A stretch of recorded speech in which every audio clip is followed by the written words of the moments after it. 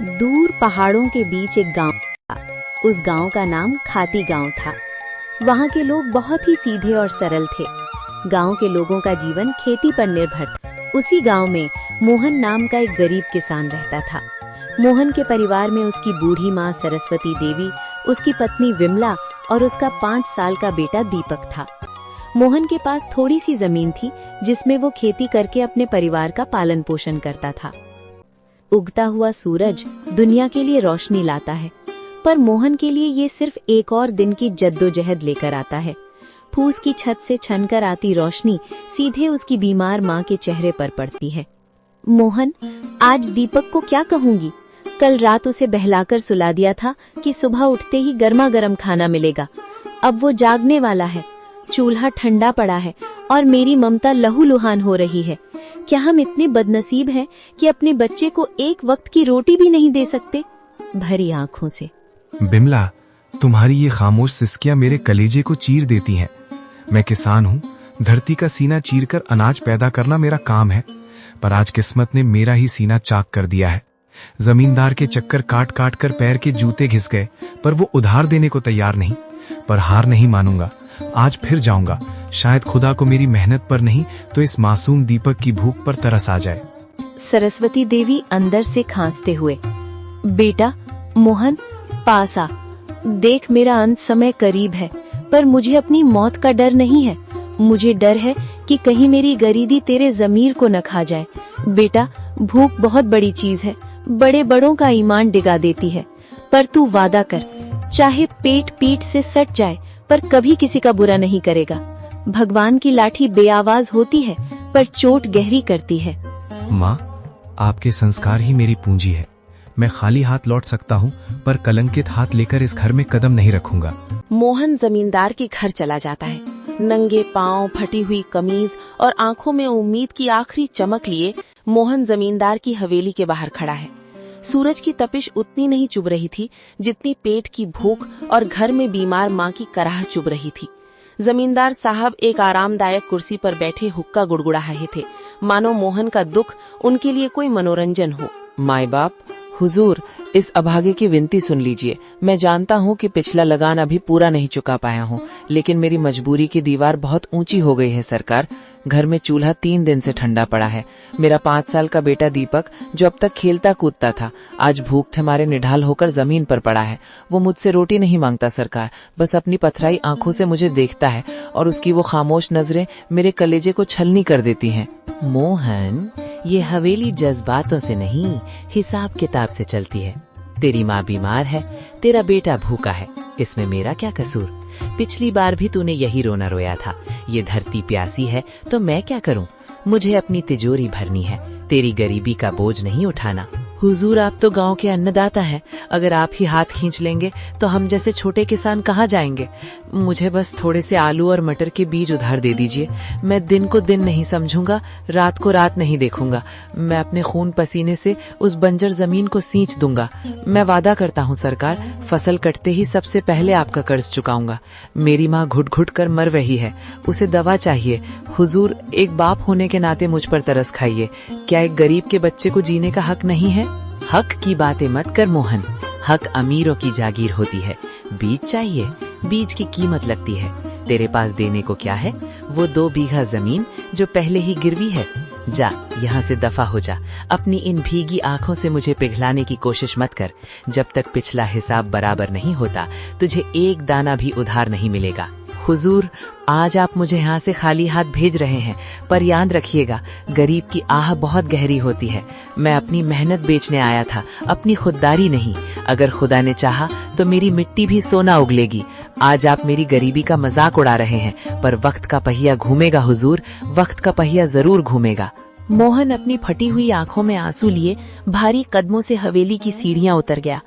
पीछे रह गई जमींदार की ठहाकों वाली हंसी, जो मोहन के आत्मसम्मान को बार बार चोट पहुंचा रही थी। पर मोहन को नहीं पता था कि इस अपमान के बाद ही उसकी किस्मत का जादुई दरवाजा खुलने वाला था। जमींदार ने मोहन को धक्के देकर निकाल दिया था। मोहन हताश होकर लौट रहा था, तभी झाड़ियों से कराहने की आवाज आई। अरे, ये नन्ही से चिड़िया, इसके पंख तो खून से सने हैं। कितना तड़प रही है ये। लगता है किसी बेरहम शिकारी का तीर इसकी रूह को छूकर गुजरा है।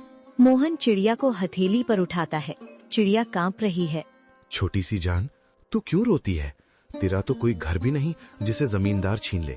देख, मेरे पास तुझे खिलाने के लिए दाना तो नहीं है, पर ये पानी की आखिरी बूंदे तेरे नाम। मेरी प्यास से बड़ी तेरी जिंदगी है। मेरी धोती का ये टुकड़ा शायद तेरे घाव ना भर पाए, पर तेरी तड़प को थोड़ा आराम तो दे सकता है। मोहन अपनी फटी कमीज का कोना फाड़ता है और बड़ी कोमलता से चिड़िया की पट्टी करता है। अचानक एक तेज रोशनी होती है और चिड़िया एक दिव्य परी में बदल जाती है। मोहन, मैंने आज तक महलों में सोने के थाल में 56 भोग खाते हुए लोग देखे हैं, पर तुम्हारे जैसा अमीर दिल नहीं देखा। जिसके पास खुद के खाने को निवाला नहीं, वो अपनी फटी कमीज फाड़कर एक पक्षी का घाव भर रहा है। तुम्हारी इस निस्वार्थ करुणा ने मुझे विवश कर दिया कि मैं तुम्हारी मदद करूं।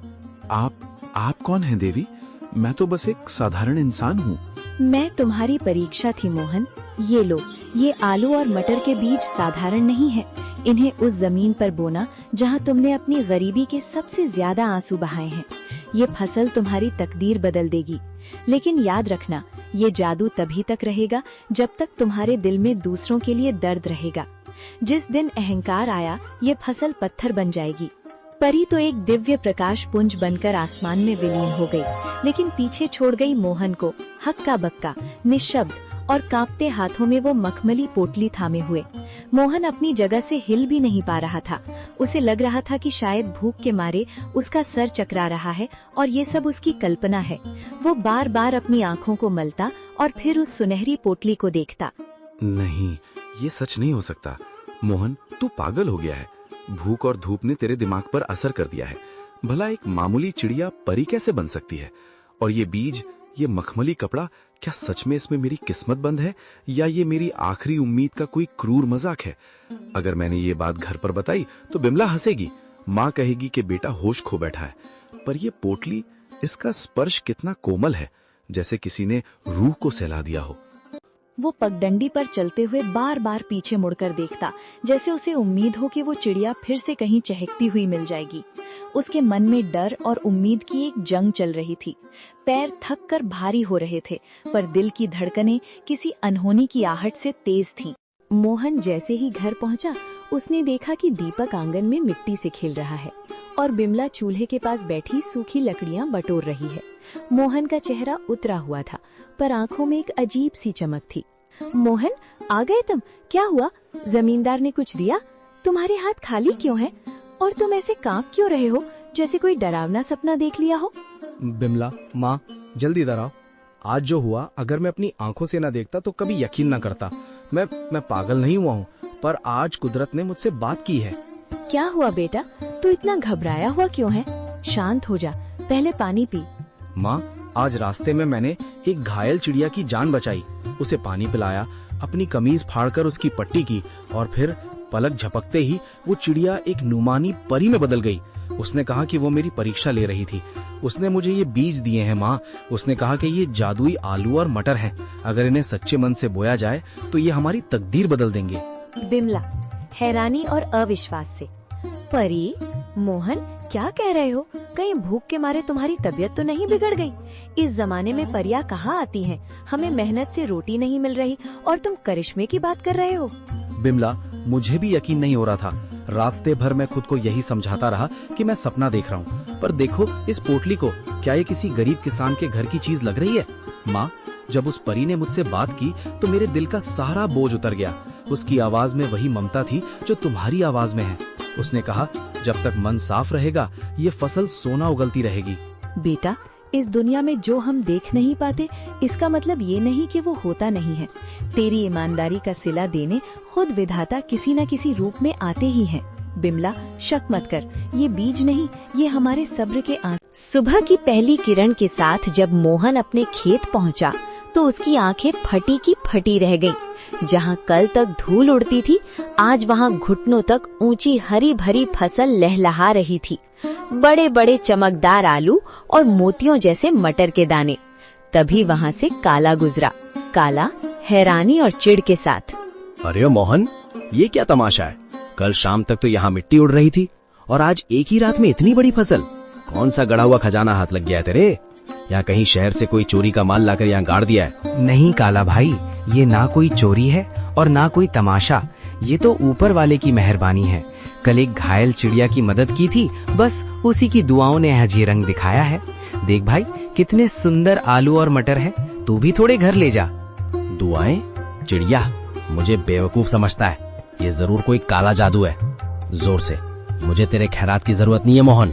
याद रख, जो रातों रात उगता है वो रातों रात ढल भी जाता है। काला के मन में शांति नहीं थी। वो जानना चाहता था कि मोहन को ये सब मिला कैसे। वो बिल्ली के कदमों से मोहन के टूटे हुए घर के पीछे पहुंचा और खिड़की से कान लगाकर सुनने लगा। अंदर मोहन, बिमला और माँ बातें कर रही हैं। मोहन, मुझे अब भी यकीन नहीं होता। वो सुनहरी परी सच में हमारे लिए फरिश्ता बनकर आई थी। उसने कहा था ना कि जब तक दिल साफ रहेगा ये फसल बढ़ती रहेगी। हाँ बिमला, उसने उसी बरगद के पेड़ के पास दर्शन दिए थे जहां से मैं रोते हुए लौट रहा था। वो दिव्य प्रकाश, वो ममता भरी आंखें, मैं कभी नहीं भूल सकता। काला भाई को शक हो रहा था, पर उसे कैसे समझाऊं कि ये सब दया का फल है। काला खिड़की के बाहर बुदबुदाते हुए, अच्छा तो ये बात है। बरगद का पेड़, परी और सुनहरी पोटली। अगर उस भीख मंगे मोहन को परी मिल सकती है तो मैं तो उससे कहीं ज्यादा चालाक हूँ। मैं भी कल उसी पेड़ के पास जाऊंगा और उस परी से सब कुछ छीन लूंगा। काला सुबह सुबह उसी बरगद के पेड़ के नीचे पहुंच गया। उसने एक जाल बिछाया और एक चिड़िया के आने का इंतजार करने लगा। उसने सोचा कि वो किसी चिड़िया को घायल करेगा और फिर उसकी मदद का नाटक करेगा। कहाँ है वो परी? ओ चिड़िया, बाहर निकल। देख, मैं तेरे लिए कितने दाने लाया हूँ। बस एक बार मेरे सामने आ जा और मुझे वो मखमली पोटली दे दे। मुझे आलू मटर नहीं, मुझे सोना चाहिए, चांदी चाहिए। मैं उस मोहन से बड़ा आदमी बनना चाहता हूँ। काला घंटों चिल्लाता रहा। कभी रोने का नाटक करता तो कभी लालच में पेड़ की टहनियां हिलाता, लेकिन वहाँ सन्नाटा छाया रहा। अचानक एक तेज ठंडी हवा चली और एक आकाशवाणी हुई। काला, प्रार्थना हृदय से की जाती है, लालच से नहीं। मोहन ने एक जान बचाने के लिए अपनी कमीज फाड़ी थी और तू एक जान लेने के लिए जाल बिछा रहा है। जा, तुझे कुछ नहीं मिलेगा क्योंकि तेरा मन ईर्ष्या की राख से भरा है। लालच की फसल कभी मीठी नहीं होती। नहीं, ये नाइंसाफी है। उस गरीब को सब कुछ और मुझे कुछ नहीं। अगर मुझे नहीं मिला तो मैं मोहन का भी कुछ नहीं रहने दूंगा। मैं आज रात उसके खेत को शमशान बना दूंगा। मोहन ने पहली फसल घर लाई। बिमला ने जब आलू और मटर की सब्जी बनाई तो उसकी खुशबू पूरे गांव में फैल गई। बीमार माँ ने जैसे ही एक निवाला खाया, उनके चेहरे पर रौनक आ गई। पिताजी, ये आलू तो बहुत मीठे हैं। क्या ये सचमुच हमारे खेत के हैं? अब मुझे स्कूल जाने के लिए नया बस्ता मिलेगा ना?